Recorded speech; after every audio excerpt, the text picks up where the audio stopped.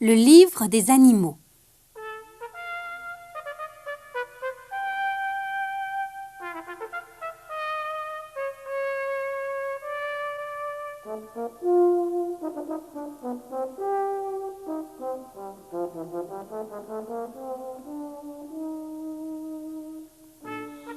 Un matin, Paul joue avec son lapin quand sa nounou l'appelle. « Paul, le Premier ministre et le garde des Sceaux veulent te parler !» Deux messieurs sérieux attendent Paul. « Majesté, dit le garde des Sceaux, vous êtes l'héritier du trône depuis la mort de notre roi. Vos sujets ont économisé assez d'argent pour vous acheter une couronne. Vous êtes notre roi. »« Ah ! Alors je peux faire tout ce que je veux ?» demande Paul. « Certainement, Majesté, mais nous devons d'abord vous couronner. Suivez-nous, le carrosse royal nous attend. » Paul monte dans le carrosse avec son lapin. Il doit se pincer pour être sûr qu'il ne rêve pas. Des cloches sonnent et la foule crie et applaudit. « Vive le roi! Vive Paul! Vive notre roi Paul !» Paul est sacré roi l'après-midi même. Pouf, mais son manteau royal est lourd. Et avec tous ces gens qui lui baisent la main, il commence à se sentir très fatigué et à avoir très faim. Il est bien content de rentrer enfin au château. Sa nounou a préparé un bon goûter. Paul dévore à belles dents, surtout le gâteau au chocolat qui est délicieux. Après, il annonce « Je vais visiter la bibliothèque royale. » Et il part avec son lapin sur les talons. Dans la bibliothèque, Paul retrouve le Premier ministre et le garde des Sceaux. « Oh, que de livres !» s'écrie Paul. « Comme j'aimerais les lire !» Le garde des Sceaux se racle la gorge. « Majesté, dit-il, sauf votre respect, je ne vous le conseille pas. Notre vieux roi était un peu magicien. » « Ah bon? Mais je peux quand même en lire un, demande Paul en prenant un énorme album.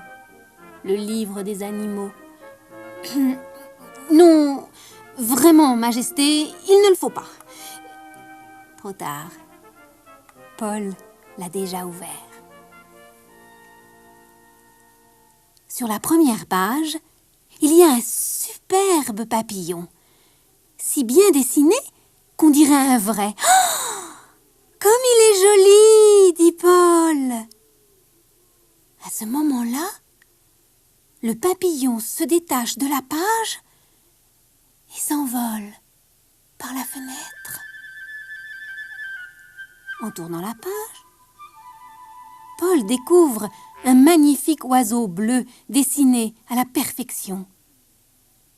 L'oiseau se met à battre des ailes, puis il les déploie toutes grandes et s'envole, lui aussi. « Majesté, déclare le Premier ministre, croyez-moi, vous feriez mieux de ne pas toucher à ces livres. » Il saisit l'album, le referme d'un coup sec et le range très haut. Oh, Paul est très déçu. Il prend son lapin sous le bras et sort.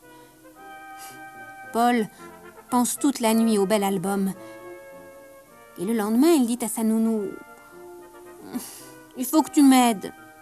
J'ai besoin d'un livre dans la bibliothèque, mais il est trop haut et je ne peux pas l'attraper. » La nounou murmure « Je me demande ce que tu mijotes. » Mais elle emprunte l'échelle du jardinier pour prendre le livre.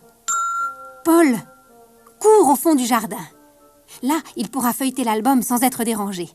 Il tourne les 2 premières pages blanches.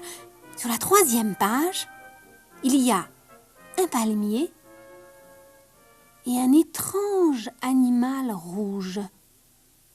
Dessous est écrit le mot « dragon ». Brusquement, le dragon se met à cracher de la fumée.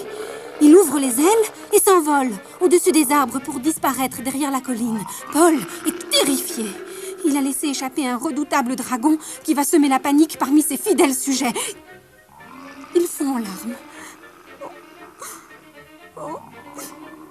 C'est seulement mon 2e jour de règne, gémit-il. Qu'est-ce que je vais faire maintenant ?